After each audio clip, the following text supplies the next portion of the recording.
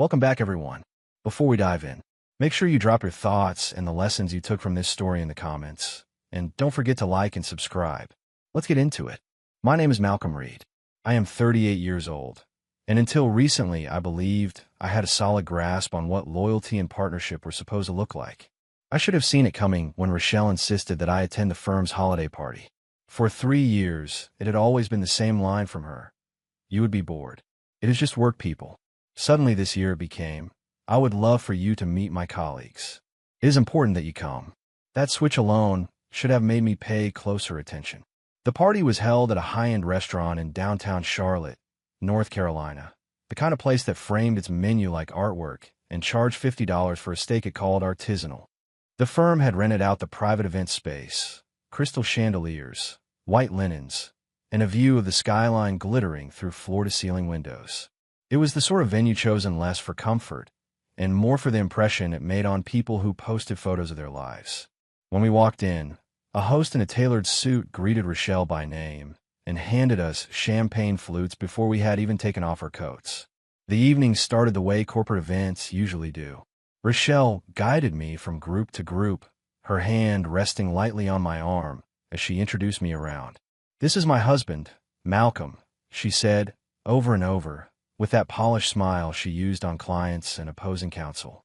I shook hands with partners and associates, made small talk about the recent cold snap and the Panthers' chances next season, and nodded along as they traded courtroom stories. She laughed in all the right places, and I noticed that she seemed more animated than she ever was at home. There was a brightness in her eyes that I had not seen in a while, and for a moment I told myself it was simply pride in how far she had come in her career. After an hour or so, the open bar had done its work. The conversations grew louder and looser. That was when Reginald Hammond made his entrance. He was about 6'2", broad-shouldered, wearing an expensive charcoal suit with a subtle sheen that said it had been tailored for him and not taken off a rack.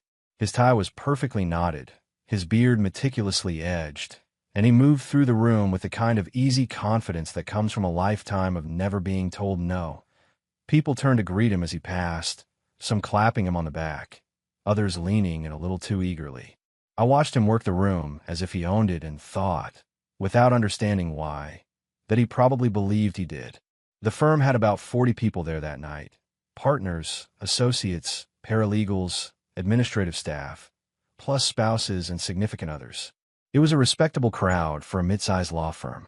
After dinner, Cedric Duffy, the managing partner, stood up at the front of the room with a microphone and gave his usual speech about successful cases, landmark settlements, and the promising year ahead. There were the expected jokes about billable hours and coffee addictions, the annual recognition of support staff, and a short toast to the brightest legal minds in Charlotte. When he finished, everyone clapped politely and turned back to their conversations, the safe routine of the evening apparently fully restored. Then Reginald, already clearly far past his limit with the open bar, stood up with a fresh drink in hand. His voice carried easily over the room's soft music as he raised his glass and said, "I would like to propose a toast." Conversations tapered off. People turned. Even the servers paused. The kind of silence that expects something entertaining settled over the room. Rochelle's hand tightened on her wine glass. "To partnerships," he began, a slow smirk spreading across his face, especially the kind where one partner handles all the hard work while the other just pays the bills. A few uneasy chuckles rippled through the crowd. I frowned, feeling something cold stir in my chest. Rochelle's face lost its color as he continued.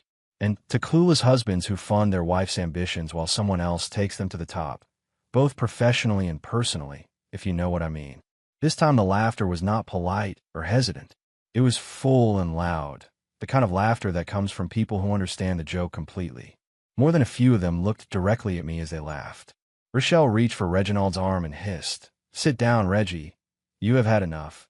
But he shook her off and grinned. "Oh, come on, Rochelle," he said loudly, so that half the room could hear. He was going to find out eventually. Might as well be at a party.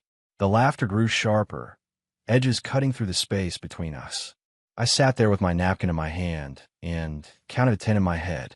1, 2, 3, long enough to count how many people were truly amused by my humiliation. 7, 8, 9. Long enough to memorize the faces that turned my marriage into a punchline. 10. I folded the napkin neatly, placed it on the table, stood up, and walked out. No shouting. No dramatic accusations. Just a quiet exit while their laughter followed me like an echo. In the parking lot, I sat in my car for a moment and stared at the steering wheel. My heart was pounding, but my mind felt oddly clear, as if some lens had finally clicked into focus. I did not call anyone. I did not send an angry text message. I opened my calendar instead. Monday morning, 7 o'clock. I confirmed what I already knew. Monday morning was going to be very interesting for Hammond, Duffy, and Associates. There was one crucial detail that Reginald had not known when he decided to brand me the clueless husband. I was not just paying household bills.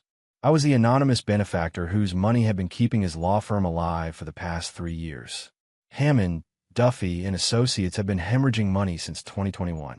They had moved into a modern office building in uptown Charlotte with floor-to-ceiling glass, a fancy lobby, and rent that would have made more cautious partners lose sleep. They had added high-end furniture, a cutting-edge case management system, and a marketing push that included glossy magazine spreads and sponsored charity galas. At the same time, a few of their big cases settled for less than expected, a couple of risky clients defaulted on payments, and the partners refused to cut their own draws. They were 3 months away from bankruptcy when my firm stepped in. I own a financial consulting company called Wilson Financial Solutions, based in Charlotte, but serving clients across the Southeast. We specialize in restructuring struggling businesses, streamlining operations, renegotiating debt, and, when it makes sense, injecting capital. Through a shell entity, I approached Hammond, Duffy, and Associates as a discreet investor willing to provide working capital to law firms that needed a bridge back to profitability. On paper, it was a clean, legal arrangement, monthly cash infusions in exchange for preferred creditor status, and very detailed financial reporting. The contracts were ironclad, and the conditions under which I could terminate funding were spelled out in precise language I had personally helped draft. For 36 months, I had wired $40,000 every month to that firm. My company's transfers covered payroll, rent, utilities, malpractice insurance premiums, and a long list of operational costs the firm could no longer manage on its own. The partners accepted every dollar, signed every statement, and provided every line of financial data I required without ever once asking who the ultimate source of the money was. To them, Wilson Financial Solutions was just a discreet corporate entity that had found a profitable niche. What they did not know was that the anonymous benefactor behind it was married to their star associate, Rochelle Reed. In some ways, those 3 years had been amusing. Rochelle would come home excited about the mysterious investor who had stepped in to save the firm. She would speculate while stirring sauce at the stove or scrolling through her email on the couch. "Maybe it is a retired judge," she said once. Another time she said, "I bet it is a wealthy former client who believes in what we do." I would nod, ask neutral questions, and then, late at night in my home office, review the monthly financial reports that told me exactly how they were spending my money. I had watched, with growing disapproval, as the partners drew salaries they had not earned, as Reginald bought a new luxury car, and as firm expenses crept up instead of down. 3 weeks before the holiday party, I had thought my biggest concern was whether to refinance our house in the suburbs of Charlotte. Then I found the hotel receipt. It was crumpled up in the side pocket of Rochelle's laptop bag, mixed in with pens and old conference name tags. I almost threw it away without looking. Instead, I smoothed it out. 2 rooms at the Marriott City Center, downtown Charlotte. The dates matched the weekend she had claimed to be at a client development conference in Chicago. The names on the rooms, printed side by side in clean black ink, were Rochelle Reed and Reginald Hammond. That was when the late nights started to rearrange themselves in my mind. The sudden interest in high-end fitness classes, the new dresses that appeared in her closet, the way she had started setting her phone face down during dinner and taking it with her every time she went to the bathroom.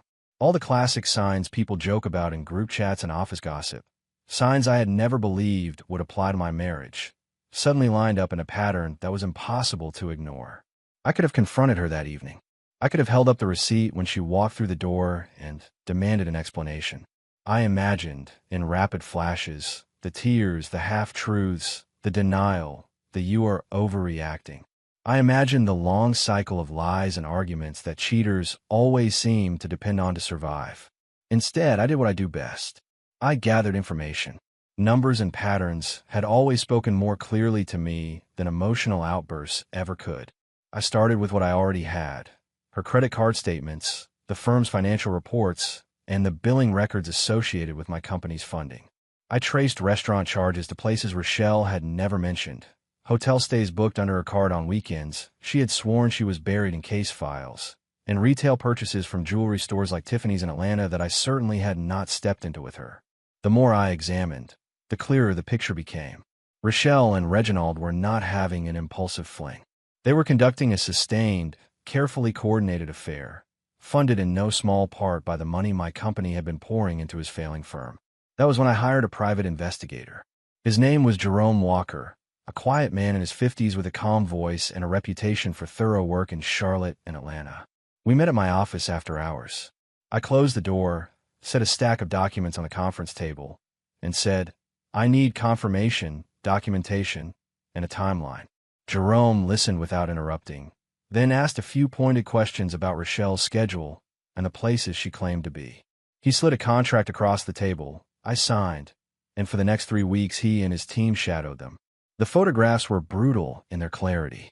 Jerome delivered the first batch in a plain folder that landed on my desk with a soft thud. Rochelle and Reginald walking hand in hand into the Marriott in downtown Charlotte. The two of them leaving his lake house outside Lake Norman early on Sunday morning, her hair pulled back, his arm around her shoulders. Long lunches at upscale restaurants where they leaned in close, heads almost touching, plates of untouched food between them. A jewelry store in Buckhead, just outside Atlanta, where Reginald stood behind her, fastening a delicate necklace around her throat while she smiled at her reflection. Every image was time-stamped and GPS verified. Every location was cross-referenced with calendar entries and credit card charges. I felt something harden inside me as I flipped through them. Strangely, the more evidence I saw, the calmer I became. The shock gave way to a cold sense of inevitability. My marriage, I realized, had not been a partnership for a long time. I had been subsidizing an illusion, financing a lifestyle that allowed Rochelle to present herself as an up-and-coming legal star while she spent her real emotional energy someplace else. When Reginald stood up at that holiday party and turned my humiliation into a joke, he did not expose a secret. He confirmed a conclusion I had already reached. He also handed me the justification I needed to exercise a clause in those carefully drafted contracts: immediate termination of funding in the event of moral turpitude or conduct unbecoming. By the time I drove away from the restaurant that night, the plan was already in motion. Earlier that day, I had prepared an email from Wilson Financial Solutions to the firm-wide distribution list at Hammond, Duffy & Associates. It was scheduled to send at 7 o'clock on Monday morning. The body of the message had been polished and reviewed 3 times by my own attorneys. The attachments were thorough: 3 years of financial statements, cash flow summaries, and an analysis that showed precisely how dependent the firm had become on our money. All that remained, after Reginald's toast, was for me to decide whether to let the timer run or cancel it. As I pulled into my driveway that night, I opened the email on my phone, reviewed it once more, and left the schedule untouched.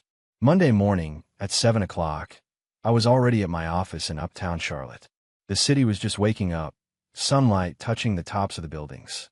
I sat at my desk with a cup of coffee, watching the minute hand tick toward the hour. My computer screen displayed the outgoing email queue.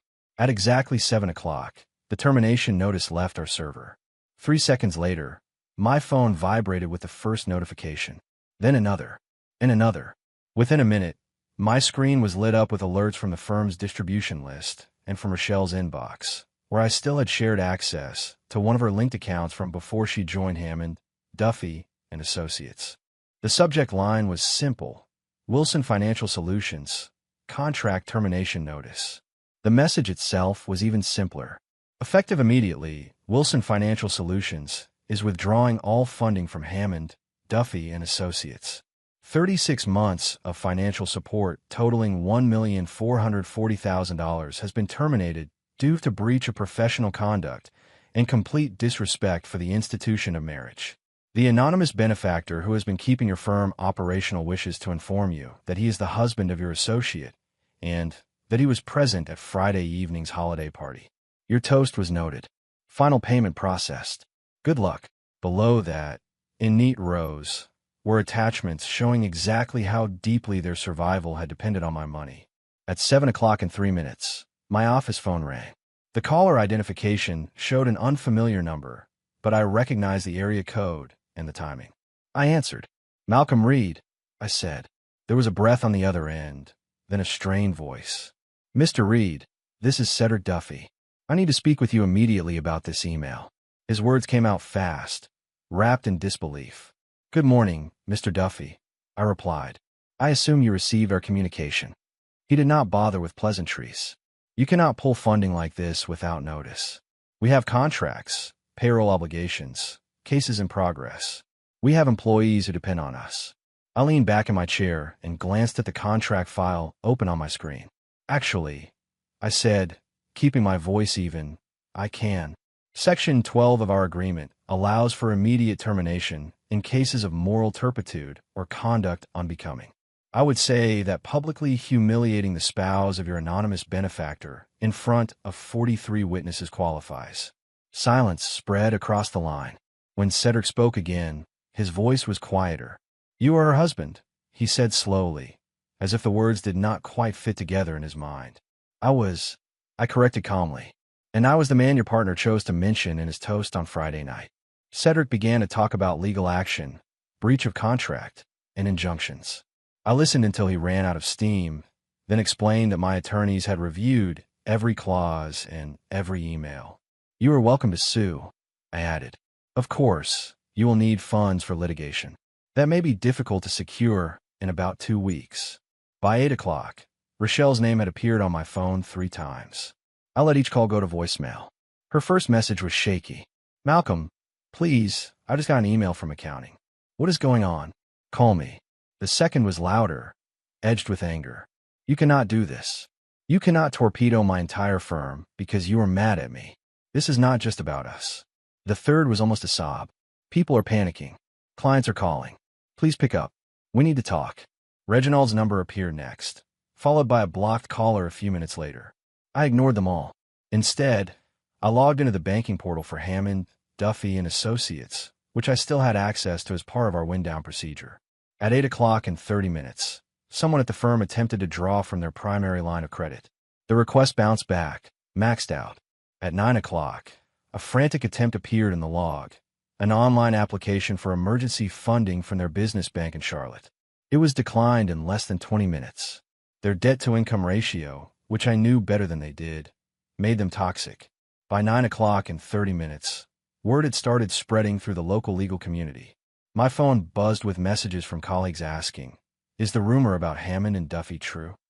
Other firms began quietly reaching out to Hammond, Duffy clients, offering to take over cases at reduced rates. In my line of work, that kind of feeding frenzy is predictable. The vultures had sensed a wounded animal. At 10 o'clock, my receptionist called from the front desk. "Mr. Reed," she said carefully, "there is a woman downstairs asking to see you. She says she is your wife." I exhaled slowly. "Please send her up," I said, "and let security know they can stay on standby, but they do not need to intervene unless I call." 30 seconds later, Rochelle walked into my office. In 3 hours, she seemed to have aged 5 years. Her carefully pressed blazer was wrinkled, her blouse misbuttoned at the collar, her hair pulled back in a hasty knot. Her eyes were red, mascara smudged beneath them, and her hand shook as she clutched her phone so tightly her knuckles were pale. "What have you done?" she demanded before the door had fully closed. Her voice was raw. "Do you know what is happening down there? People are crying in the hallways. Clients are threatening to walk. Cedric is talking about layoffs before the end of the week. You cannot just destroy innocent people because you are hurt." I looked at her for a long moment, then gestured toward the chair across from my desk. "Sit down, Rochelle," I said. "We are long past the point of pretending that this is only about hurt feelings." She did not sit. "This is not about us," she insisted. "This is about 43 employees who did nothing wrong. This is about families and mortgages and student loans. This is about clients who trust us. You are committing financial terrorism because you cannot deal with your marriage ending. The word terrorism hung in the air between us. I almost laughed at the absurdity. Instead, I turned my monitor so she could see it. The firm's financial dashboard glowed on the screen, columns of numbers, red and black. Here is what is actually happening, I said. Hammond, Duffy and Associates has been functionally bankrupt for 3 years.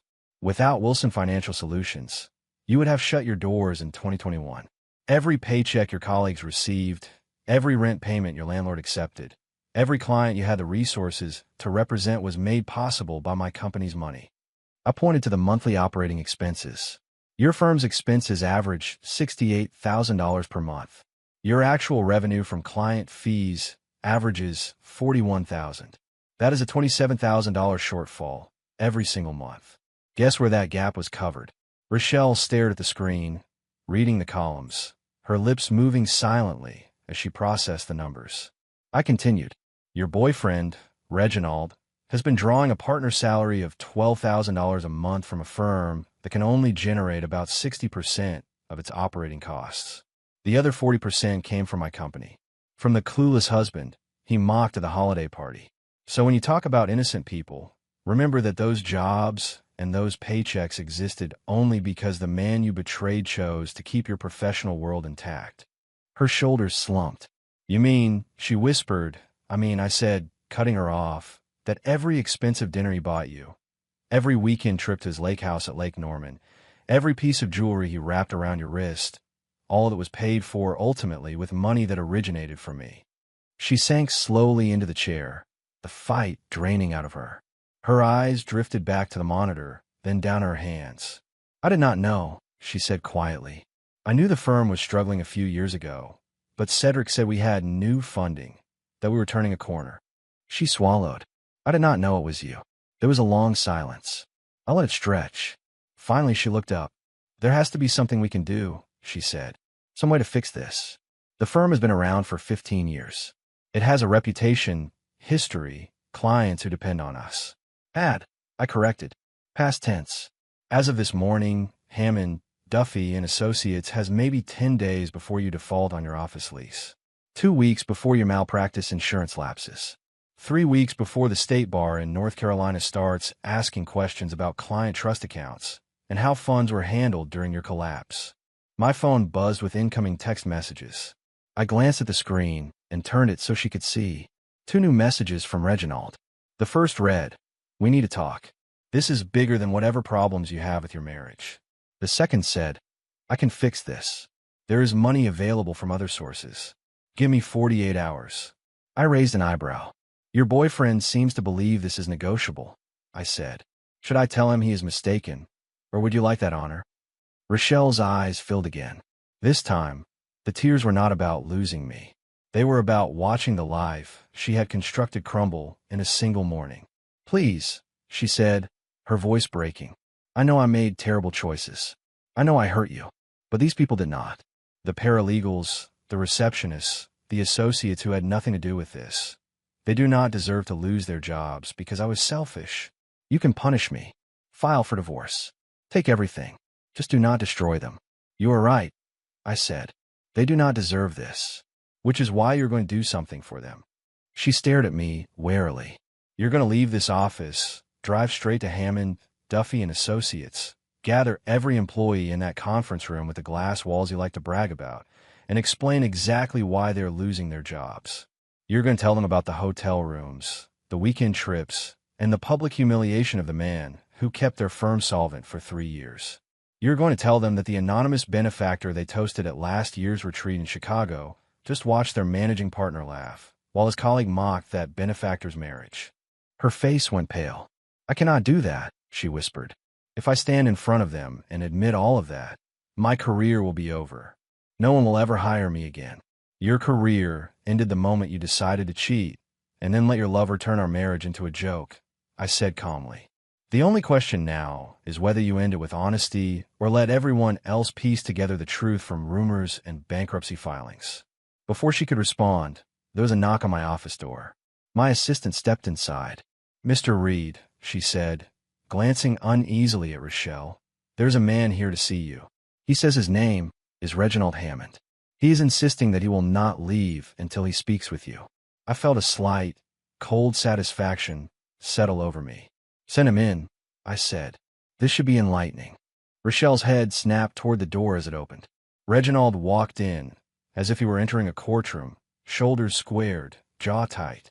His suit was perfect, but his eyes were rimmed with red, and the usual easy confidence in his gait had given way to a kind of forced composure.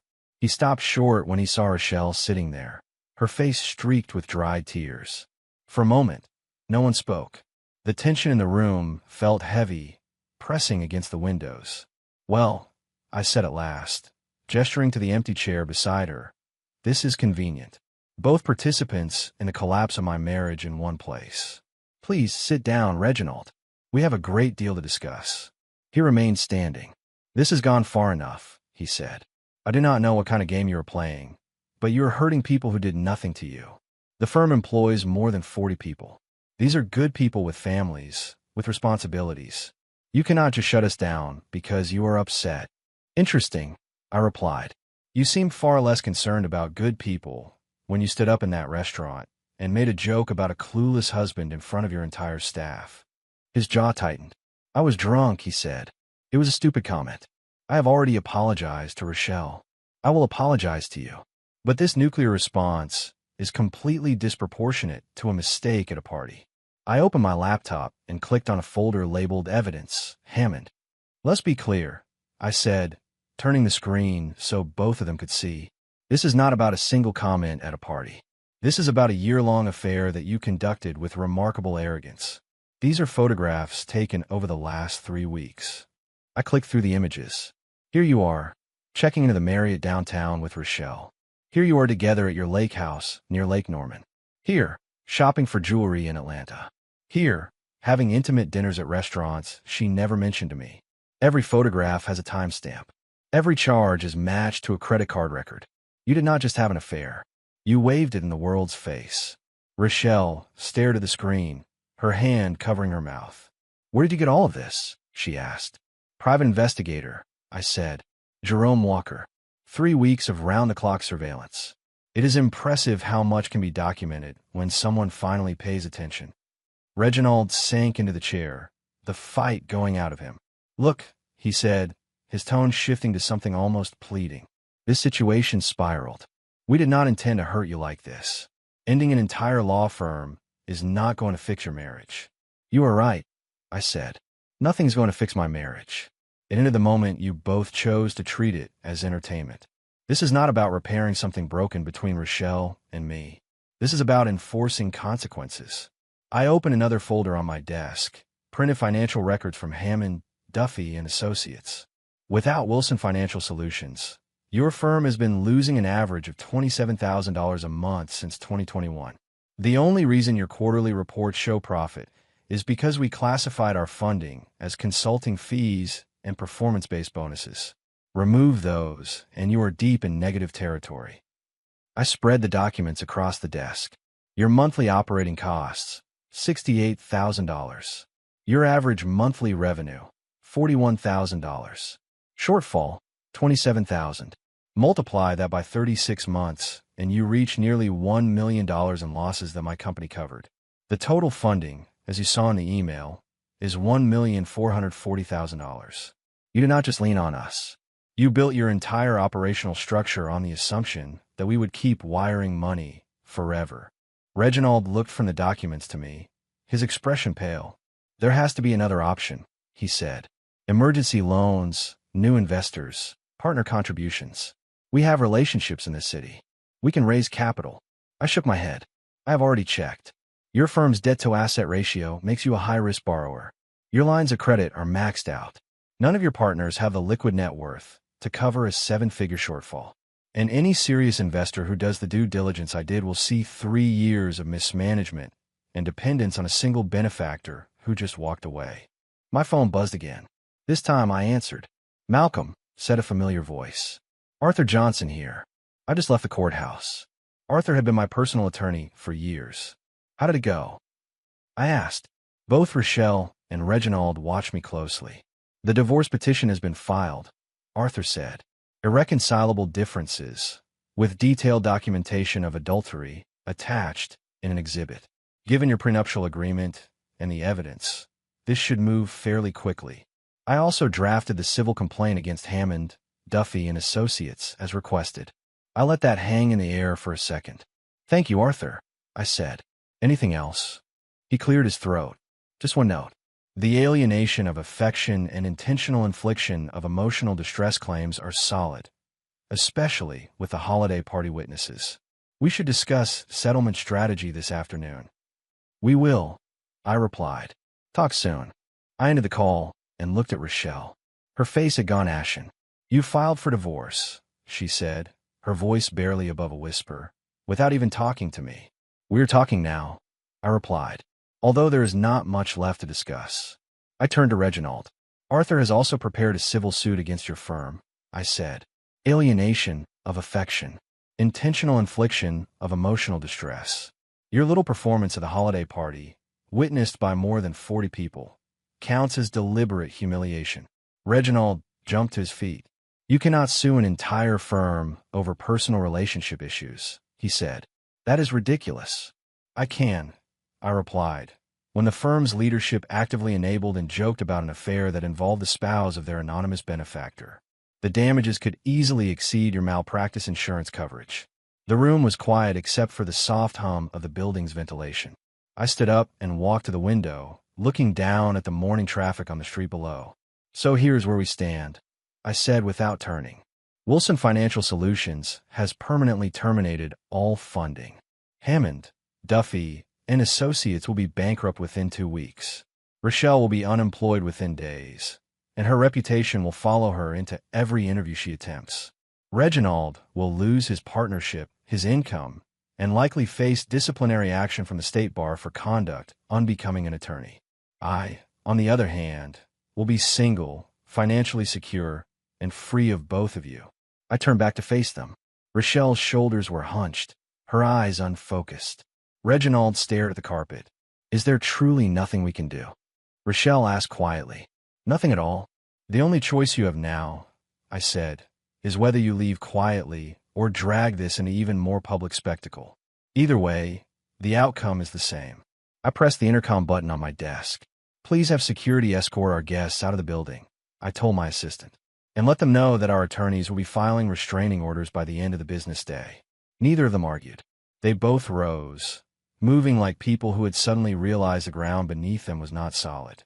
6 months later, I sat in my new office on the 22nd floor of a different uptown tower, sipping coffee and scrolling through the morning news on my tablet. Wilson Financial Solutions had outgrown our previous location, and the move had felt symbolic, a physical step away from the chapter of my life that had revolved around Rochelle and her firm. A headline in the legal section caught my eye.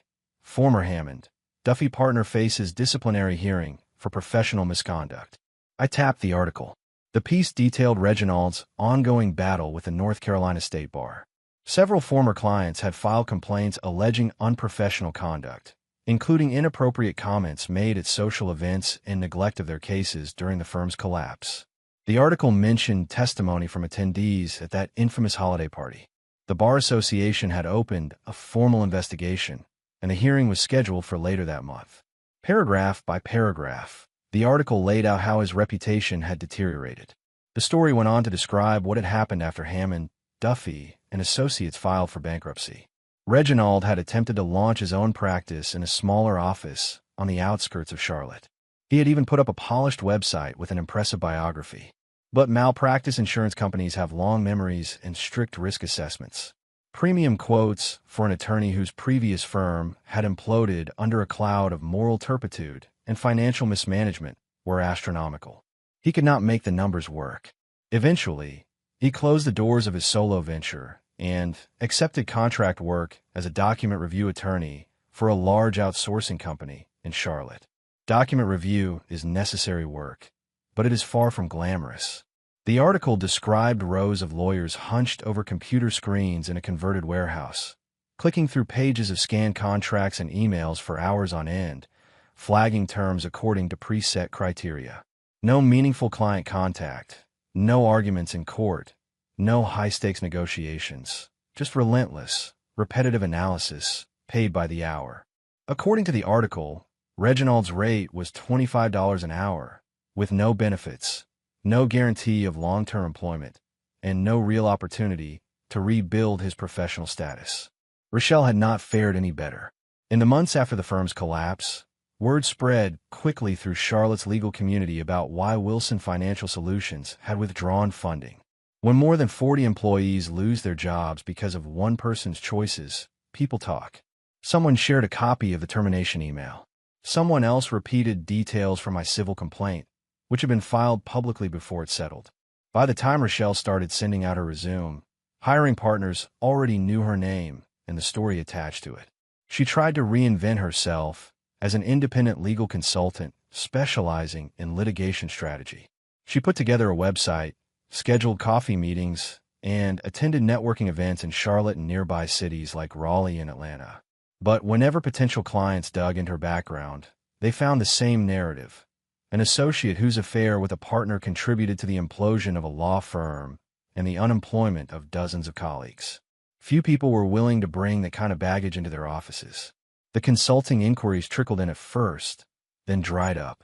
Eventually, according to a mutual acquaintance who still occasionally sent me updates I did not ask for, Rochelle also took a position at the same document review company that employed Reginald. Two former rising attorneys, once photographed in tailored suits at charity galas, now work side by side in a fluorescent-lit room, reviewing contracts at $12 an hour each. It was not just the professional fall that struck me when I heard that. It was the social isolation that followed. Invitations to the parties they once loved stopped coming. Their social media pages, once crowded with tag photos and comments, grew quiet. The bankruptcy of Hammond, Duffy, and Associates made the local business journal's front page. Reporters dug into court filings, interviewed former employees, and tried to piece together what had happened. One detailed analysis ran a few months after the closure, tracing the firm's downward trajectory. It described how the partners had refused to adjust their lifestyles, how they had signed an expensive lease in a premier Charlotte office building, and how an anonymous benefactor had stepped in with over $1 million in support, only to withdraw it suddenly after an incident at a holiday party. Buried in the 7th paragraph of that article was a particularly satisfying line. Sources indicate that the anonymous investor pulled funding after learning of inappropriate conduct at a firm's social event, where partners allegedly made disparaging remarks about clients and their families. The piece did not name me, Rochelle, or Reginald, but anyone who had been there did not need names to recognize the story. The message was clear. In their world, reputation mattered, and they had burned theirs. Cedric tried to salvage something from the wreckage. According to the same reports, he attempted to restart the firm under a new name with a smaller group of partners, pitching himself as a seasoned litigator who had learned from past mistakes. He scheduled meetings with potential investors and regional banks, promising stricter oversight and a more conservative financial structure. But investors asked questions. They wanted to know why their previous funding had vanished, why their relationships with clients had deteriorated so abruptly, and why a previously anonymous backer had chosen to withdraw support rather than restructure the arrangement. When those potential backers began their own informal background checks, the truth surfaced quickly. No one wanted to invest in lawyers whose previous firm had collapsed under a cloud of scandal. Cedric's new project never got off the ground. Eventually, he accepted a position as in-house counsel at a mid-sized logistics company in another state, his dreams of leading a prestigious firm left behind in Charlotte. Our civil suit against Hammond, Duffy, and Associates had settled quietly out of court. Reginald's homeowner's insurance had covered much of the damages, but not all. To pay the remainder, he had sold his lake house at Lake Norman, the same place where he had taken Rochelle on those carefully planned work weekends. When I read that in a footnote in a legal newsletter, I remember pausing for a moment, then returning to the rest of my day without much emotion. The divorce, meanwhile, had moved faster than I expected. Our prenuptial agreement, drafted years earlier when Rochelle and I were still engaged and optimistic about the future, held up exactly as intended. In the divorce hearing, the judge reviewed the documentation Arthur had prepared, credit card statements, hotel receipts, and the investigator's photographs, and concluded that the terms of the prenuptial agreement would stand. I kept the house in the suburbs, the cars, and all of our joint investment accounts. Rochelle kept her personal belongings and approximately $37,000 in credit card debt, much of it accumulated during her shopping trips with Reginald. She tried to argue for spousal support, claiming that my public actions had damaged her ability to find comparable work. The judge listened, then shook his head. Consequences for adultery are not vindictive, he said. They are inevitable. With that, the matter was settled. There was no dramatic scene in the courtroom, no last-minute plea. Just signatures, stamped forms, and an official end to a marriage that, in truth, had ended long before. Mutual friends chose sides quietly. Some of them called me privately, saying, "I had my suspicions," or, "I am sorry I did not tell you sooner." Others drifted away completely, uncomfortable with the idea of choosing between two people they had once invited to the same cookouts and holiday gatherings. On their side, the silence was even louder. It is difficult to maintain sympathy for someone whose affair contributed to the loss of so many jobs and the collapse of an entire firm. People who had once laughed at Rochelle's witty stories about court mishaps now saw her as a cautionary tale. Invitations that used to arrive weekly stopped altogether. The friends who stayed close to her were few, and even they, according to what I heard, kept some distance, wary of being pulled into any new drama. My own life settled into a new rhythm. Without the constant drain of subsidizing Hammond, Duffy, and Associates, Wilson Financial Solutions' profit margins improved dramatically. I reinvested the freed capital into expanding our consulting services into commercial real estate and regional banking projects. Within 6 months, our revenue had grown by 40%. I hired additional analysts, signed a new partnership agreement with a regional bank in Raleigh, and brought on a business partner, a talented strategist named Parker Buchanan, whose strengths complemented mine. Parker and I spent long hours in the new office overlooking the Charlotte skyline, developing models, reviewing client portfolios, and planning expansion into other southeastern cities. In the evenings, I went home to a quiet house that no longer felt like a contested space. I started dating again, carefully. I met women who worked in medicine, finance, education, and technology, people who valued honesty and stability, and who were not impressed by flashy displays or secret arrangements. Conversations felt different. I was more direct about what I expected and what I would not tolerate. One bright afternoon, about 6 months after everything had ended, I gathered my things at the office as the sun slanted between the towers. Parker had just texted me. Deal closed. Dinner at that new steakhouse on Tryon Street to celebrate. I replied that I would meet him there in an hour. As I stepped out of the building and into the warm air, I felt a quiet sense of closure. The marriage that had been quietly deteriorating for years was no longer a weight around my neck. The firm that had thrived on my money and my silence no longer existed. The people who had laughed at my expense had learned that some jokes carry a price.